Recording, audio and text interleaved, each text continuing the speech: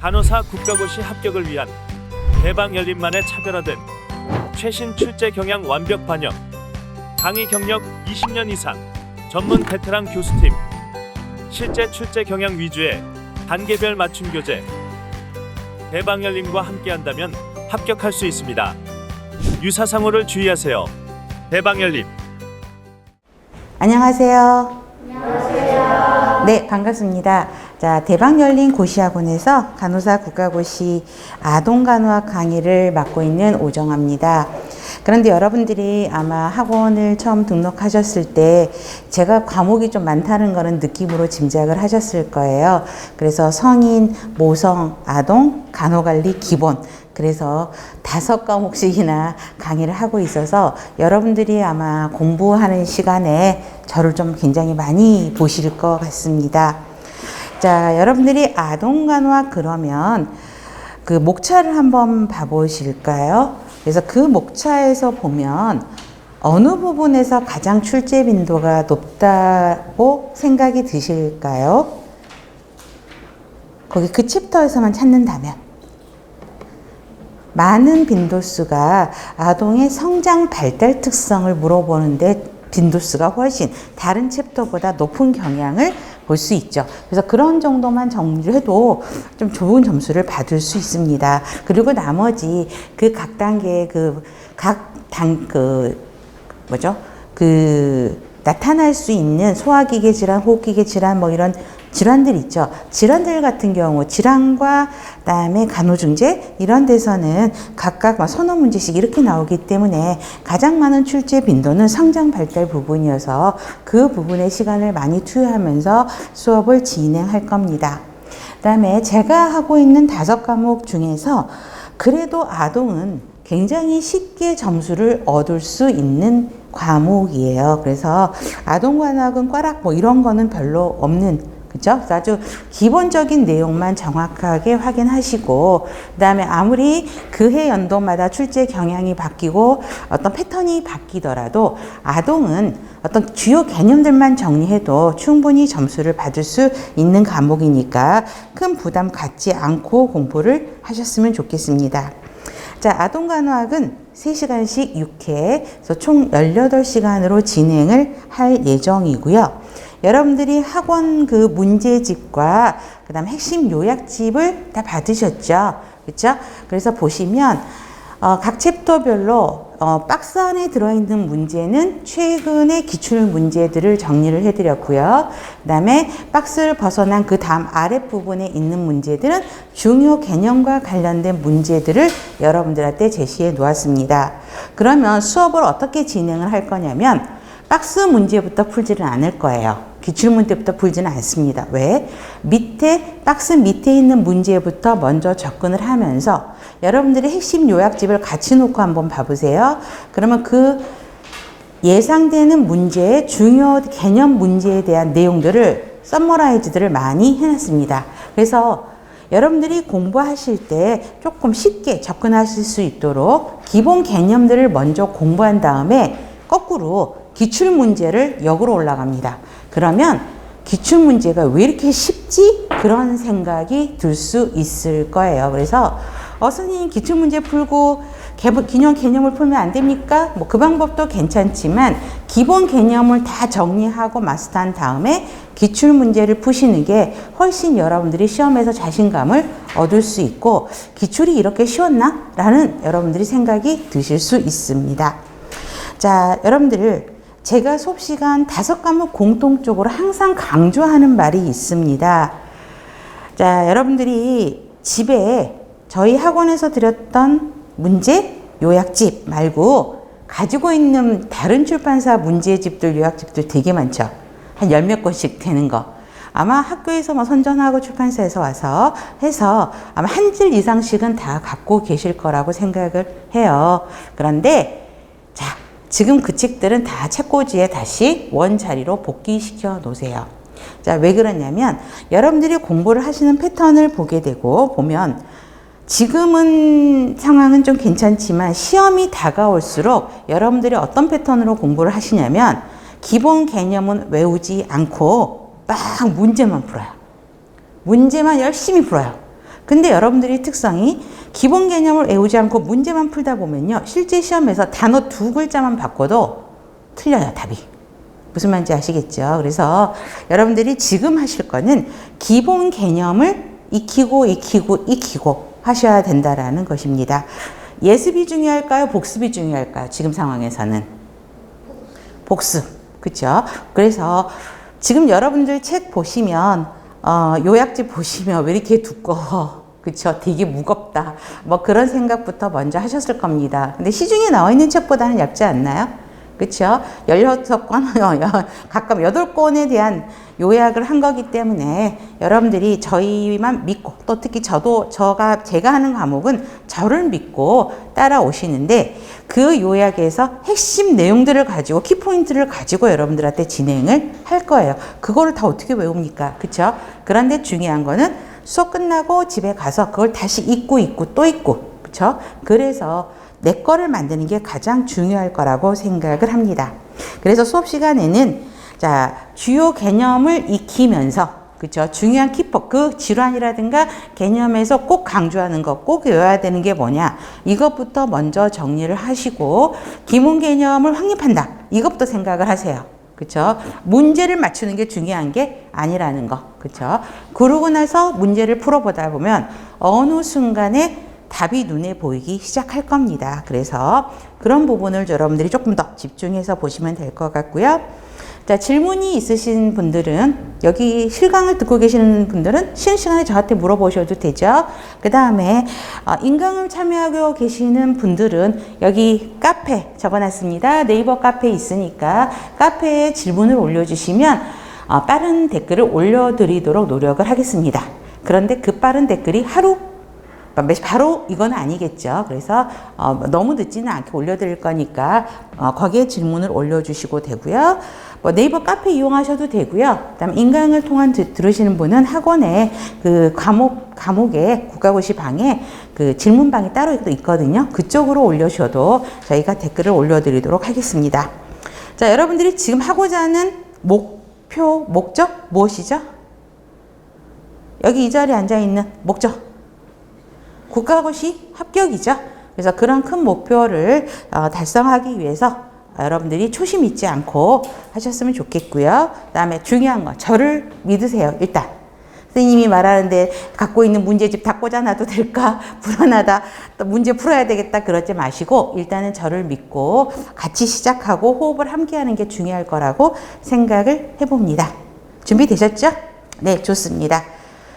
자, 그러면 오늘은 아동간호학이죠. 그래서 아동간호학 문제를 풀어보도록 하겠습니다. 자, 챕터 1. 챕터 1에서 아동간호학의 개념을 먼저 볼 건데요. 자, 여러분 핵심 요약집을 같이 놓고 보세요. 자, 문제를 풀 때요. 막상 문제만 먼저 풀잖아요. 그쵸? 그러면 다시 그 개념을 다시 설명을 해야 되거든요. 그러니까 문제 풀기 전에 요약집을 먼저 보고 그거에 대한 중요 개념을 찾고 역으로 문제를 풀어갈 거예요. 그럼 문제가 쉽게 보일 겁니다. 또 하나, 제가 하는 과목의 특성 중에 하나가 바로 단답형은 많이 없습니다. 여러분들 답을 찾기는 쉬울 수 있어요. 근데 중요한 건 뭘까요? 틀린 게 왜 틀리냐 그거를 파악하셔야 돼요. 그 틀린 문장 답까지 하나가 바로 문제로 출제될 수 있기 때문에 틀린 거를 곧바로 기억을 하시고 그거를 외우시면 한 문제를 풀면서 어때요? 5문제 정도를 문제 푸는 결과 이익을 볼 수 있거든요. 그래서 그런 형태로 하셨으면 좋겠습니다. 자, 1번의 문제를 보면 아동간호학의 개념, 목적을 물어보는 거죠. 그러면 자, 요약집 1번. 자, 아동은 어때요? 아동만 케어하는 게 아니죠. 아동과 가족을 함께 케어를 해야 되죠. 여러분들이 소아청소년과 가면 나는 아이들 이뻐하니까 소아청소년과 가서 일해야지. 자, 그거 생각하면 굉장히 큰 오산입니다. 아동은 예쁜 걸로 끝나는 게 아니죠. 아픈 아이들이에요. 그 다음에 그 아픈 아이들의 엄마가 돌봄자로 와 있죠. 엄마까지도 같이 케어를 해야 되는 거거든요. 그래서 이 역시도 아동과 가족의 건강을 유지한다라는 거고, 그다음에 출생에서부터 청소년까지 가정에서 발생하는 문제를 다루게 되죠. 그다음에 최대한 발달 가능성을 전제로 해야 되는 거죠. 목적을 보면 발달을 위한 지지, 건강 능력의 극대화, 그 다음에 아동과 가족의 가족 중심. 그래서 제가 가족 중심 동그라미 하세요. 그러면 그게 가장 핵심 키워드라고 생각을 하시면 되고요. 수업 시간에 좀 잔소리 같지만 제가 머스트입니다라는 말을 굉장히 많이 할 거예요. 그러면 머스트라는 거는 어떤 의미일까요, 여러분? 머스트는 반드시 외워야 된다는 거야. 꼭 그만큼 출제 빈도가 굉장히 높은 개념이라는 거죠. 그래서 그거는 이유 불문하고 무조건 외운다라고 보시고, 그 다음에 머스트가 아닌 문장에서는 지금처럼 키워드로 여러분들한테 이야기를 할 겁니다. 그래서 가족 중심의 간호해야 되고요. 그 다음에 신체적 케어만 하는 것도 아니죠. 정신적 케어를 같이 하는 비외상성 간호 동그라미 하세요. 이거를 제공하는 게 아동 간호학의 정의 목적입니다. 그러면 자 문제로 갑니다. 1번. 1번을 여러분들 이게 O일까요? X일까요? O, X. X. 그럼 어디가 X일까요? 어디가 틀린 걸까? 아동 중심의 간호를 제공한다니까 틀린 거죠. 올바르게 고친다면 아동과 그 가족이 포함된 가족 중심의 간호다. 이렇게 바꿔야 되겠죠? 자, 2번. 아동 간호의 주요 개념이 성장이다. OX. X. 그러면 성장이 아닌 뭐가 답이야? 성장이 틀렸어. 그러면 성숙으로 가야 되겠죠. 그래서 성장이다 틀렸어요. 성숙으로 가야 되고 3번. 3번도 X예요. 어디가 틀린 걸까요? 가장 우선 신체적인 장애만 예방하는 중재가 가장 우선은 아닌 거죠. 아동도 플러스 가족, 아까 가족 중심의 접근법이라고 그랬죠. 아동과 가족. 그 사람들의 신체적인 장애 예방, 신체적인 스트레스 경감이 아니고 신체적인 것도 플러스 정서적인, 정신적인 스트레스도 경감하는 비외상성 간호가 일단 먼저 이루어져야 되겠죠. 그 다음에 4번. 아동의 건강 및 발달상 최대한의 가능성을 성취하도록 한다. 이거는 O예요, X예요? O. 그렇죠? 그래서 제가 계속 O예요, X예요를 반복 안 할 거예요. 시간상의 문제 때문에. 그럼 이 문장은 어때요? 그럼 바로 O, X 이렇게 좀 해주세요. 자, 그럼 이게 답이 맞는 거죠. 그래서 정답이고요.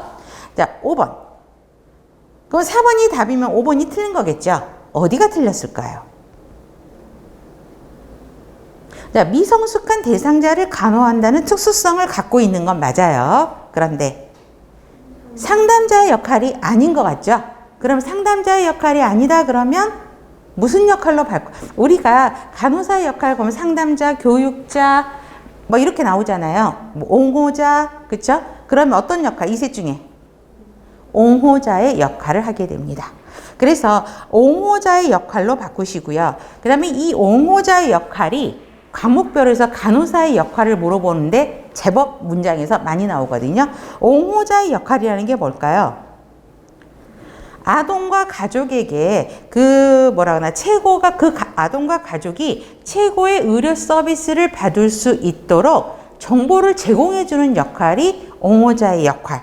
그 다음에 아동과 가족이 제공된 정보를 가지고 스스로 의사결정을 하도록 도와주는 역할이 옹호자의 역할입니다. 그래서 그 간호사의 과목별 간호사의 역할을 물어보는 문제 중에 일반적으로는 옹호자의 역할, 요즘에는 옹호자의 역할이 굉장히 강조되고 있거든요. 그래서 옹호자의 역할이 많이 나온다라고 보시면 될 것 같습니다.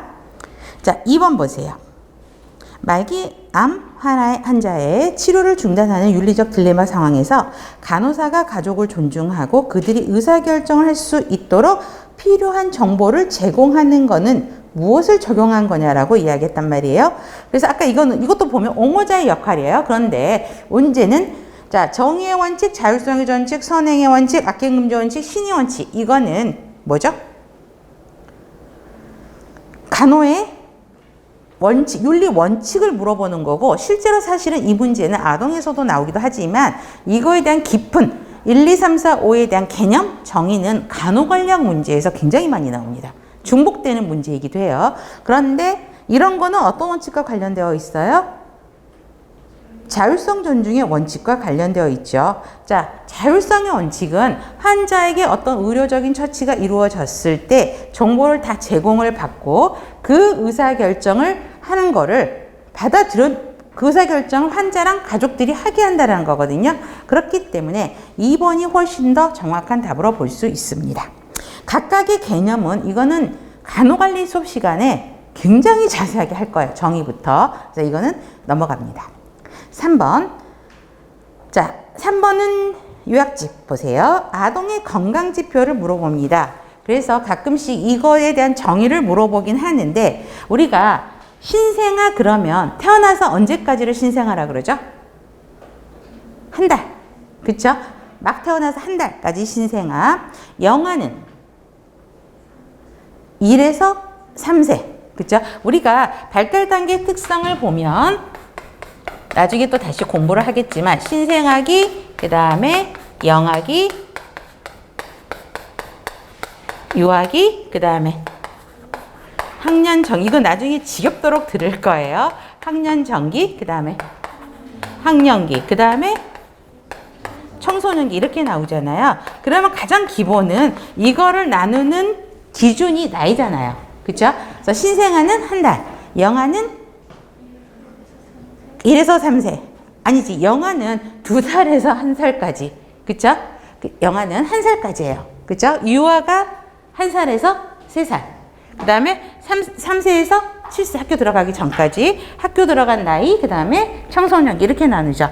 그래서 보세요. 신생아기는 28일 이렇게 보면 복잡해. 쉽게 생각해서 한 달이라고 보시면 되고요. 그 다음에 근데 기준은 1000명이라는 걸 기억을 해야 되겠지. 그쵸? 1000명의 한 달 동안의 사망자 수. 영아는 1000명이에요, 기준이. 그래서 1년 동안의 사망. 영아기를 1년까지로 보고 있기 때문에 사망한 수고. 두 번째 땡. 그래서 첫 번째 땡과 두 번째 땡이 영아 사망률은 실제적으로 문제 빈도수가 높아요. 그래서 한 나라의 주요 보건 지표로 이용이 되는 게 신생아 사망률이 아닌 영아 사망률을 가지고 판단한다는 거죠. 그래서 첫 번째, 두 번째 땡 다 별표하시고요. 원인은 주산기의 영아의 건강 상태, 저체중 출생아 증가, 빈곤이 영아 사망률이 증가하는 원인이 되겠죠. 감소하는 거는 산정 관리를 잘 받으면 사망률 줄어들겠죠. 이거는 뭐 이해를 동반하시면 되고, 또 양육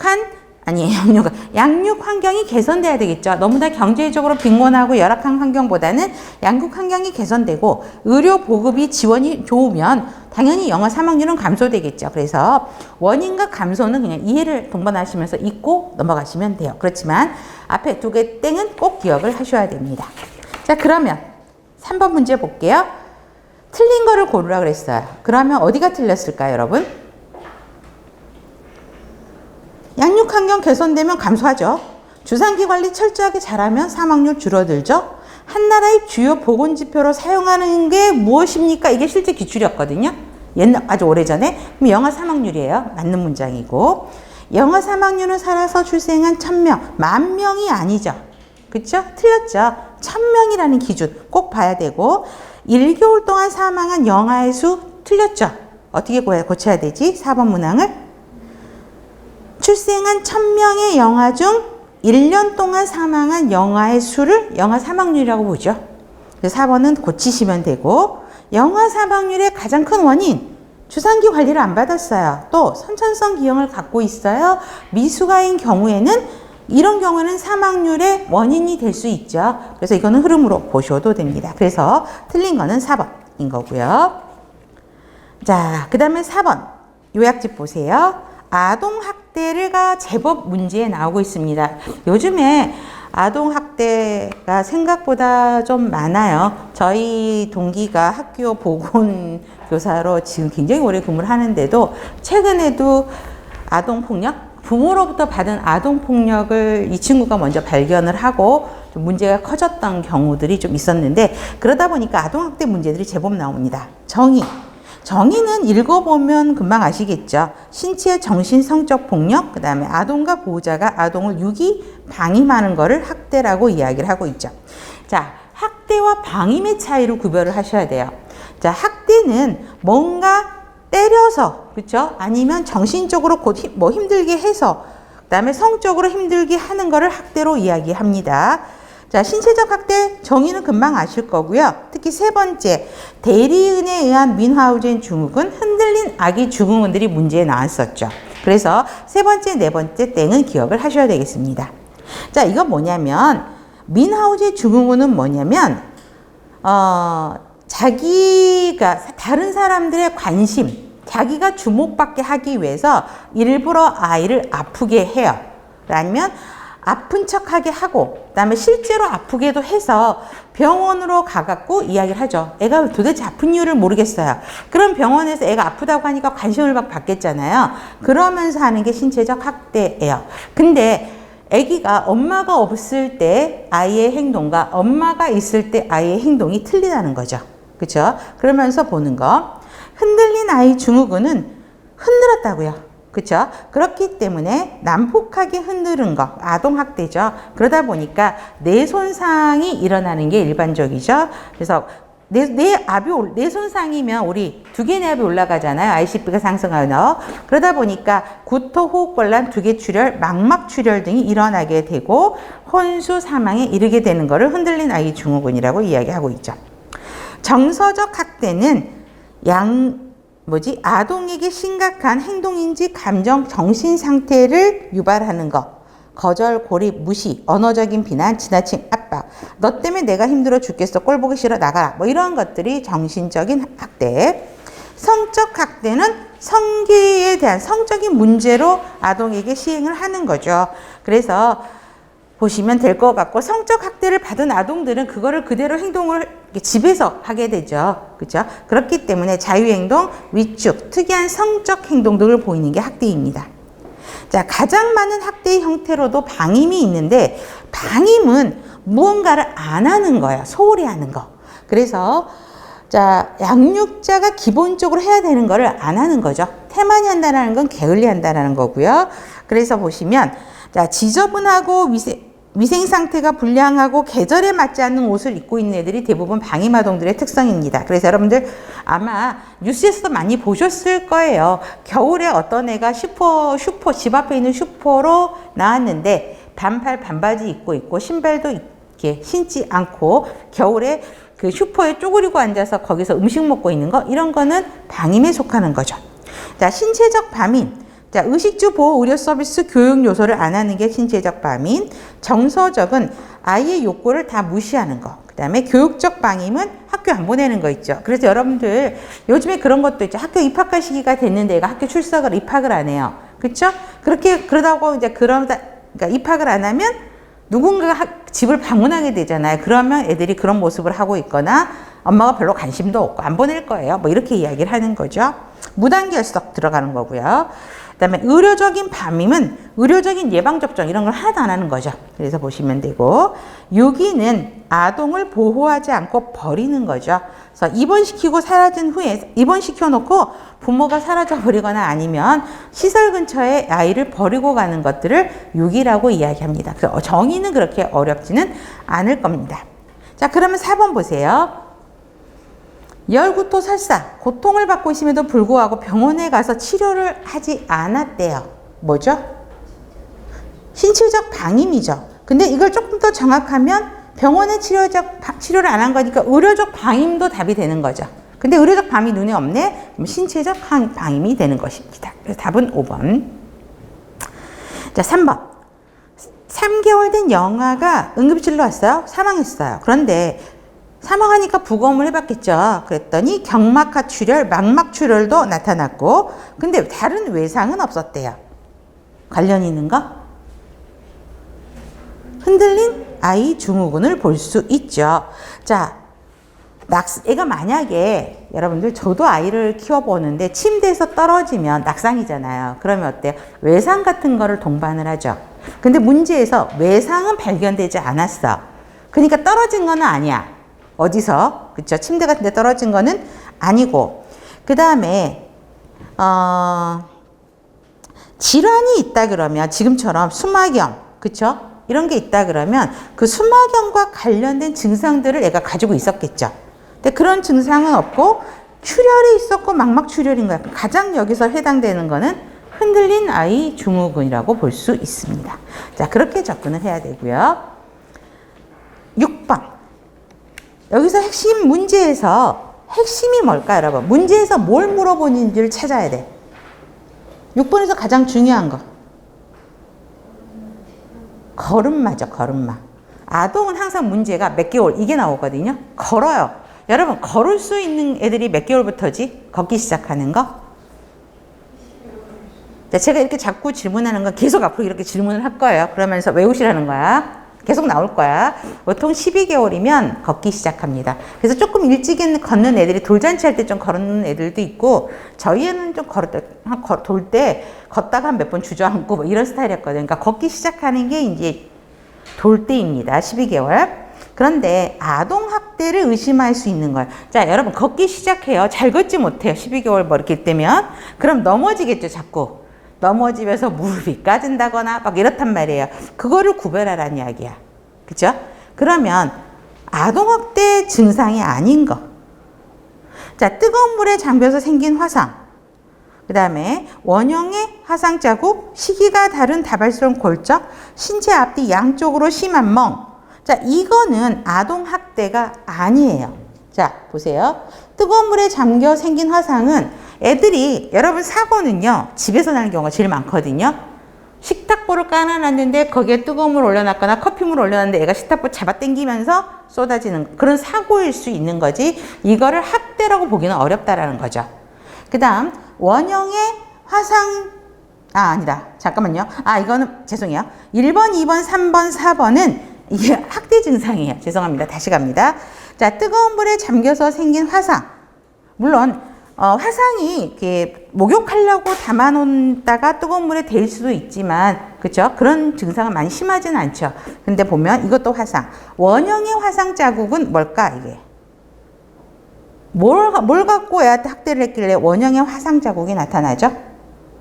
담배꽁초 있죠? 담배로 이렇게 지지는 거. 그죠? 그런, 여자 표정이 어떤 분이 굳어지시는데 실제로 아동학대 그렇게 나거든요. 담배불로 그냥 애한테 하는 거. 그 다음에 시기가 다른 다발성 골절. 중요한 거는 아동이 걷다가 넘어질 때 골절도 생길 수 있어요. 근데 시기가 다르대요. 근데 또 이게 멀티플이야. 여러 개야. 그럼 어때요? 한 번 때렸겠죠? 그러면 뭐 골절이 있었겠죠? 근데 또 그 다음에 때리면 한쪽은 회복되는 과정인데 또 때리니까 여러 개의 골절이 있으면서 그게 치료 양상이 동일시되는 치료 양상이 아니라 하나는 이미 치료가 되고 있고 하나는 또 시작하고 이런 식. 신체가 앞뒤로 양쪽으로 심한 멍자국, 이것도 학대의 특징이죠. 근데 5번 보세요. 시기가 같은 여러 개의 골절. 여러 개의 골절은 어때요? 갑자기 사고가 나갖고 뭐 집에서 사고가 나서 떨어졌다거나 그러면 동시다발로 이 상처가 일어나게 되죠. 그래서 이거는 학대라고 보기 어려운 거죠. 사고일 수 있다라는 거죠. 그래서 이거를 이거를 옳게 학대로 본다면 3번으로 하면 되겠죠. 시기가 다른 다발성 여러 개의 골절. 그죠? 그 차이로 보시면 됩니다. 자, 그러면 우리가 아까 걷기 시작한다 그랬어요. 그럼 비폭력성 외상을 입을 수 있죠. 폭력이 아닌 걷다가 넘어지면서 다칠 수도 있고 스크래치 날 수도 있고. 그러면 애들이 주로 어디에 많이 날까요? 걷다가 넘어져. 혹시 조카들 있으면 생각을 해봐봐. 가끔씩 어디에 멍들어갖고 오지 애들이? 넘어지면 바로 이마부터 찍죠. 그래서 이마, 무릎, 그쵸? 두피 이런 데들이 나죠. 그쵸? 보시고, 그 다음에 대부분 잘 멍이 안 드는 데는 얼굴, 엉덩이 이런 데는 멍이 잘 안 들거든요. 그래서 근데 얼굴, 엉덩이, 등 이런 데 멍들어 있으면 이거는 학대인 거지. 애들이 넘어졌는데 등에 멍들 일은 없죠. 그렇죠? 이제 그런 형태로 보시면 되죠. 자, 7번 요약집. 사회와 가정에서 부모 역할 행위. 자, 규칙을 주셔야 되겠죠. 애들은 전부 에너자이저예요. 그래서 어디로 튈지를 모르기 때문에 행동 통제를 위한 규칙을 만들어 놔야 되고요. 그 다음에 일관성 있게 규칙을 지켜야 되죠. 그렇죠? 이번에는 막 혼내고 그 다음에는 괜찮아 하고 넘어가고 또 아빠는 허용을 하는데 엄마는 허용을 안 하고 이러면 안 되겠죠. 그래서 일관성이 있어야 되고요. 수용 가능한 행동을 격려하기 위해서 쓰는 게 강화죠. 잘한 거는 더 칭찬해서 그 행동을 잘 계속 유지하도록 하는 거. 그다음에 관찰에 의한 학습. 부모로부터 대부분 아동들이 학습을 하기 때문에 역할 모델을 부모들이 이루어줘야 되고요. 바람직하지 않는 행위를 감소시키는 방법으로 훈육을 하게 되는 과정을 거치게 됩니다. 그럼 7번은 쉽죠. 그게 중요한 요소가 아닌 걸 찾으래요. 부모의 권위가 틀린 답이 되겠죠. 4번입니다. 자, 8번. 우리가 보통 요즘에 육아 프로그램들이 TV에서 많이 있죠. 그래서 타임아웃 이야기들을 많이 하게 됩니다. 자, 타임아웃은 자, 1번. 격리하는 동안 불안을 감소하기 위해서 부모가 아동 옆에 함께 있어준다. OX. X. 왜? 고쳐보세요. 함께 하는 게 아니죠. 보통 어때요? 아동을 그 상황에서 격리시키죠. 격리시켜서 주로 어디다 세워놓죠? 거실 구석에 가서 벽 보고 서 있으라 그러든가 아니면 화장실 가서 벽 보라든가 아동의 방에 가서 벽 보라고 그러죠.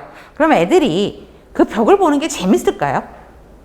지겹죠. 지루해요. 그렇기 때문에 그걸 지루하면서 네가 한번 너의 행동에 대해 생각해 보라 라고 하면서 그렇죠? 자기의 잘못된 행동을 생각해 보라고 하는 시간이 타임아웃이거든요. 그래서 부모가 같이 있을 필요는 없어요. 틀리고요. 2번은 당연히 틀렸죠. 신체적인 체벌 절대 하시면 안 되고 3번은 틀렸어요. 그럼 어디가 틀린 건가? 어디가 틀린 걸까? 구체적으로 설명해 주지는 않아요. 여기서 틀린 거야. 그럼 어떻게 해야 될까? 타임아웃. 자, 아동에게 너가 잘못한 것을 생각해 보고 벽을 보고 서 있어 라고 하면서 여기 서 있는 동안 생각해 봐 라고 하는 거지 부모가 일일이 너가 형한테 이렇게 했으니까 네가 이렇게 벌을 받고 이렇게 서 있는 거야 할 필요 없다고요. 아시겠죠? 구체적이면 안 되고 격리된 곳에 아동을 둠으로써 잘못된 행성을 반성하게 하는 방법이 타임아웃이죠. 4번이 맞고요. 격리 시간은 5에서 10분 정도를 한다. 틀린 거겠죠? 격리 시간은 어떻게 하면 좋을까? 애들 나이에 따라 틀리겠죠. 1살짜리, 2살짜리, 3살짜리, 4살짜리. 그러면 어떻게 시간 세팅을 하면 좋을까요? 타임아웃이니까. 1세당 1분 정도. 그러면 2살이면 여러분 2살짜리를 10분 세워놓어 보세요. 온갖 비비 틀고 자요. 말 안 들어요. 그러니까 1세는 1분, 2세는 2분, 3세는 3분. 이런 형태로 1세당 1분의 형태로 타임아웃 시간을 설정해 놓는 게 효과적이라는 것입니다. 자, 그래서 보시면 되죠. 그래서 5에서 10분, 아이 연령 구별 없이 5에서 10분은 아니라고 1세당 1분으로 가야 된다는 거죠. 좋습니다. 다음에 235페이지의 아동의 성장 발달이 6문제가 기출문항이죠. 사실 실제 문제가 우리 국가고시 문제가 오픈된 지 몇 년 안 됐죠. 오픈된 문제들만 정리를 해놨어요. 자, 이거는 나중에 풀 거고요.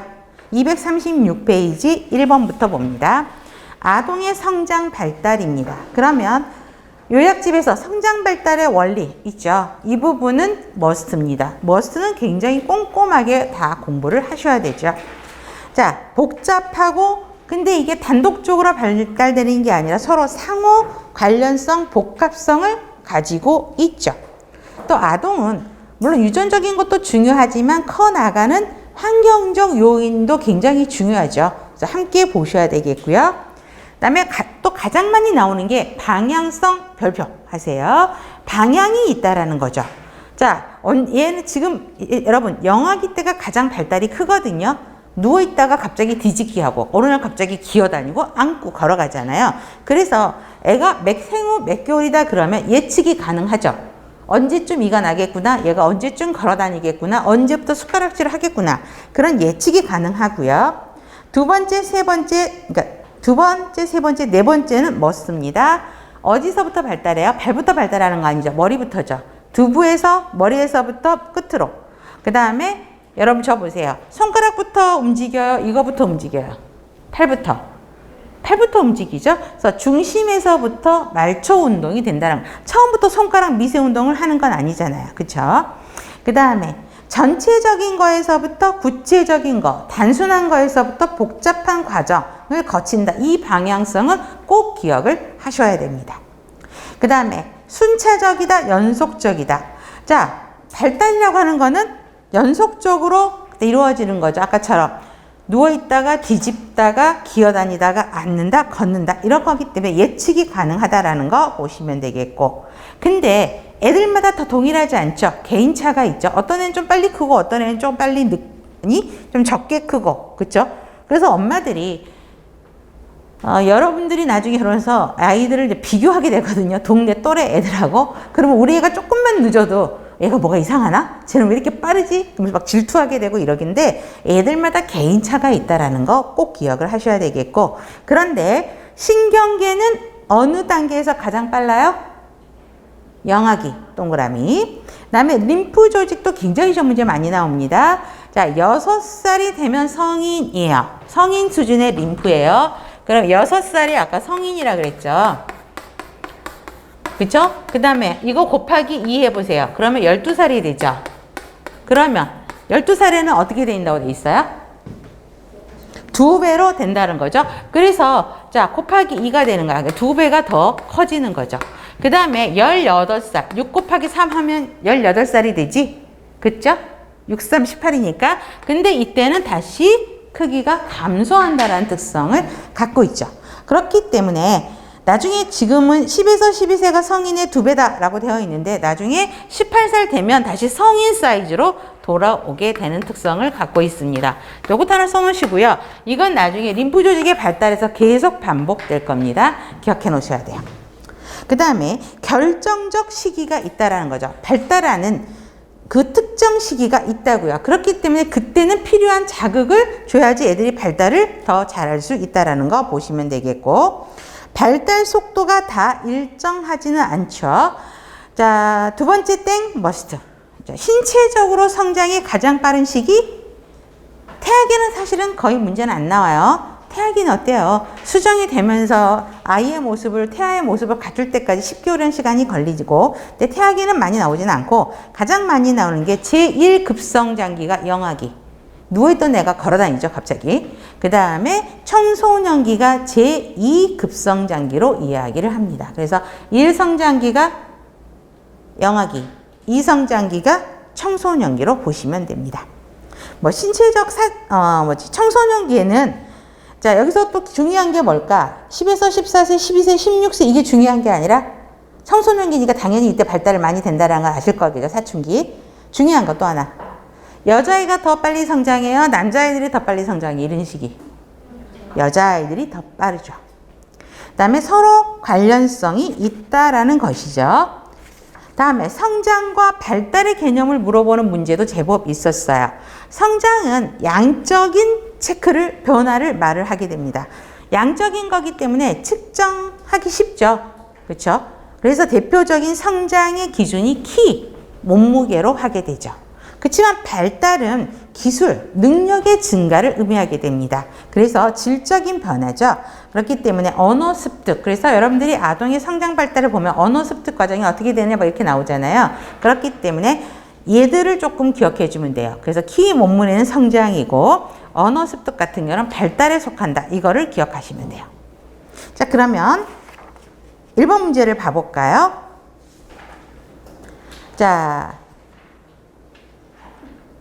신체적인 부분의 크기 증가는 뭐예요? 성장이에요? 발달이에요? 성장이죠. 그쵸? 그러니까 이 1번 문항은 성장 발달을 물어보는 건데, 자, 신체 부분의 크기나 부피 증가는 성장이에요. 기술 증가는 발달에 해당하는 내용이죠. 그래서 틀린 문항입니다.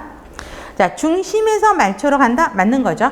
그죠? 중심부가 발달해서 말초로 가고. 3번은 그럼 고쳐보세요. 어디가 틀렸어요? 3번 문항.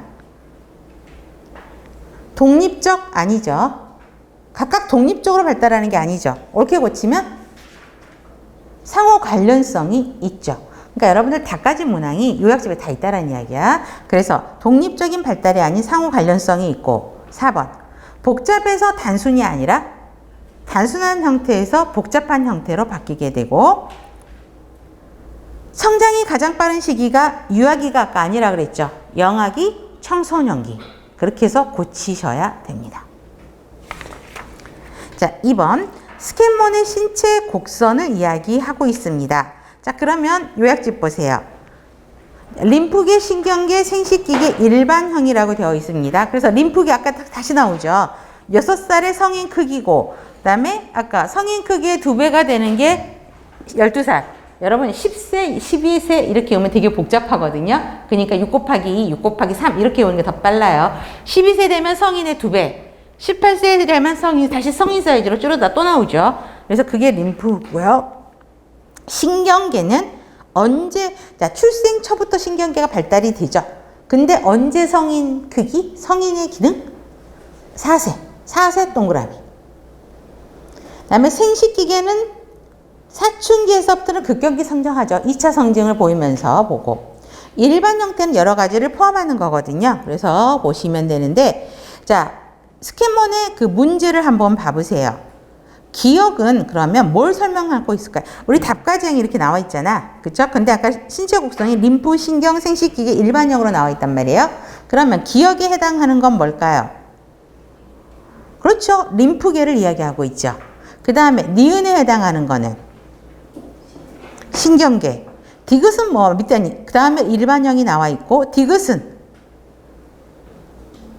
생식기계죠. 그죠? 청소년기까지 조용하다가 뭐 12, 14 이 사이에 갑자기 급격히 상승하게 되죠.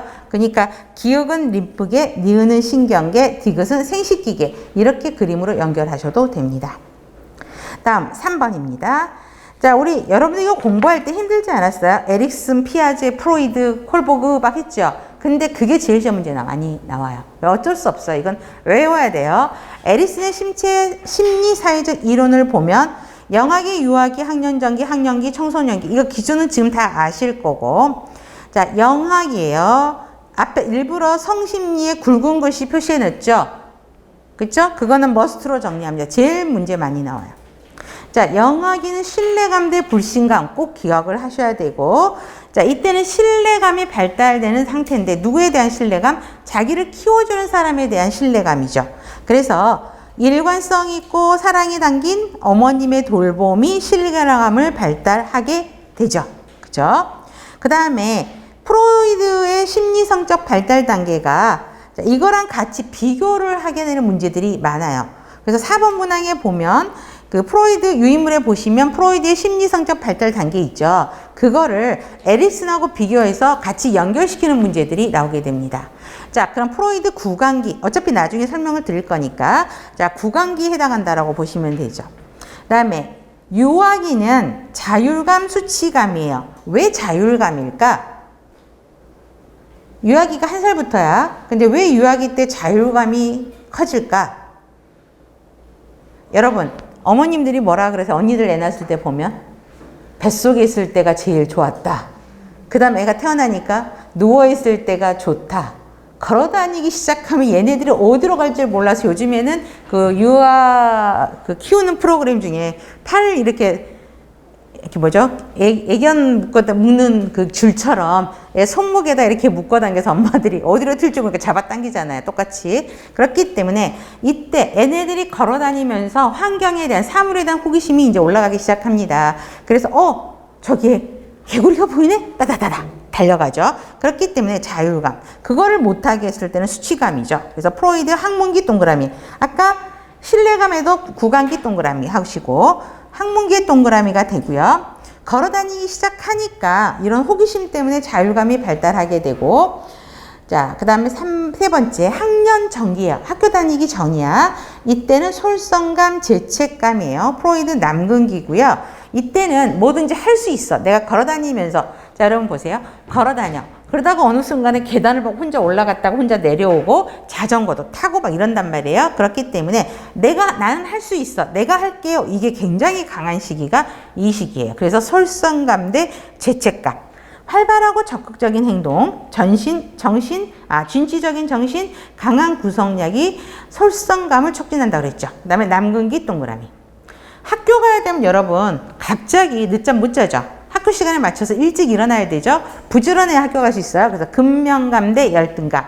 잠복기에 해당하고, 그 다음에 인정받기를 원하고, 그 다음에 청소년기에는 우리 청소년기 무섭죠? 요즘에 제일 무서운 게 중2라 그러죠. 중2병. 그죠? 정체감 대 역할 활동, 생식기에 해당하고 빠른 2차 성증을 보이기 때문에 신체적 변화를 특징으로 하고 그런 변화에 애들이 당황을 하게 되고 또한 정신적으로도 부모로부터 독립하고자 하는 생각들이 많이 이루어지는 거죠. 그래서 정체감, 역할 혼돈입니다. 요거는 꼭 기억을 하셔야 됩니다. 그러면 3번 문항 같은 경우는요. 굉장히 쉬워요. 문제 자체가. 자, 옳게 연결된 거. 1번이죠. 학령기, 근면감. 그쵸? 그럼 영아기는 신뢰감, 불신감. 유아기는 자율감, 수치감. 학년전기는 솔선감, 죄책감. 청소년기가 정체감, 역할 혼돈이죠. 이건 굉장히 쉬운, 이런 거를 놓치면 안 된다는 거지. 굉장히 단순하게 나온 거예요. 42번 보세요. 좀 더 어려워졌죠. 프로이드, 에릭슨, 피아제 순서로 정리하래요. 자, 그러면 자, 프로이드 다시 볼게요. 요약집. 자, 1살까지, 영아기죠. 1살까지면. 영아기 아까 프로이드 구강기라 그랬어요. 자, 프로이드는 심리성적인 발달을 이야기했는데 거기에서 리비도라는 걸 강조하죠. 욕구 충족, 만족, 쾌락. 그쵸? 그럼 영아기 때 아동들이 쾌락을 얻는 게 뭘까? 어디서 행복의 즐거움을 찾지? 손가락 빠는 거. 우연히 손가락을 빨았는데 너무 기분이 좋고 행복한 거야. 그렇기 때문에 이게 구강기라고 이야기를 합니다. 그래서 빨고 물고 씹고 소리내는 것 같은 구강활동 동그라미 입으로 하는 게 가장 행복하다는 거죠. 그래서 애들 보면 뭐예요? 항상 뭐든지 보면 입으로 집어넣고 손가락 넣고 쪼쪼쪼쪼 빨고 있죠. 그게 애들이 행복한 거예요. 그래서 구강기. 그때는 구강기. 그러니까 영아기 때 특성이죠. 그때. 자, 1에서 3세야. 여러분 아까 걸어다니는 게 언제라고? 12개월이라고 했죠.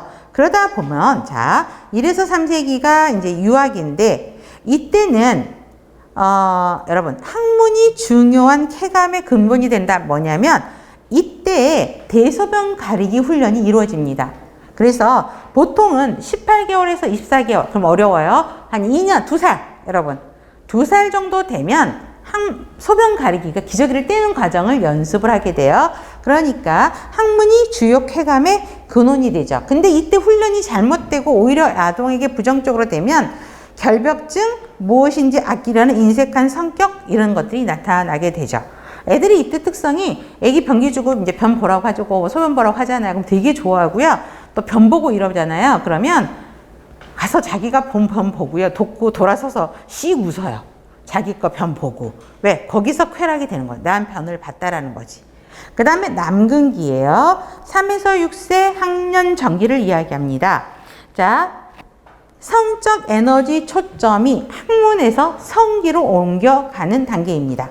성기로 옮겨가요. 그렇기 때문에 이때부터 성에 대한 관심이 일어나게 되죠. 그래서 동적 부모와 동일시를 통한다. 이 말이 뭐냐면 내가 딸이에요. 그쵸? 아기가 딸이야. 그러면 딸이 엄마랑 자기랑 똑같다고 생각해. 그럼 아빠가 퇴근을 하고 오셨는데 엄마한테 뽀뽀하는 걸 허용할까요? 안 할까요? 내가 엄마인데 나랑 똑같은데. 그러니까 딸이 가운데에 들어서 뽀뽀 안 돼. 그래서 아빠가 딸한테 뽀뽀하고 딸이 엄마한테 뽀뽀하고. 그 다음에 제가 또 저는 좀 지금 제일 부러운 친구들이 딸 있는 친구들이 너무 부럽거든요.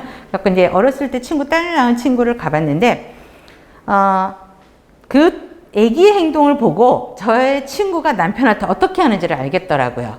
남편이 퇴근을 했어요. 그쵸? 그럼 이제 제 친구가 식사를 준비를 하겠죠. 근데 아빠가 갑자기 소파에 앉아요. 보통 양말 벗고 이제 씻고 이렇잖아요. 근데 앉아요. 그래서 누구씨 왜? 뭐 제가 이렇게 친한 사람이니까 그랬더니 아기가 와서 아빠 양말을 벗겨주는 거예요. 그때 굉장히 제가 그때는 미스였으니까 충격을 받은 거죠. 아, 내 친구가 이렇게 하는구나. 그리고 이제 아빠가 양말을 벗고 화장실로 가서 씻어요. 그 아기가 수건 들고 서 있어요, 여러분. 그쵸? 그러니까 아기가 엄마 했던 걸 보고 그대로 따라하는 거, 동일시. 이때가 남근기입니다. 그래서 동성 부모와 동일시를 통해서 자기의 역할이 무언지 습득하는 거죠. 그래서 제가 제 친구 등을 스미싱을 했어요. 너가 저렇게 했지, 집에서.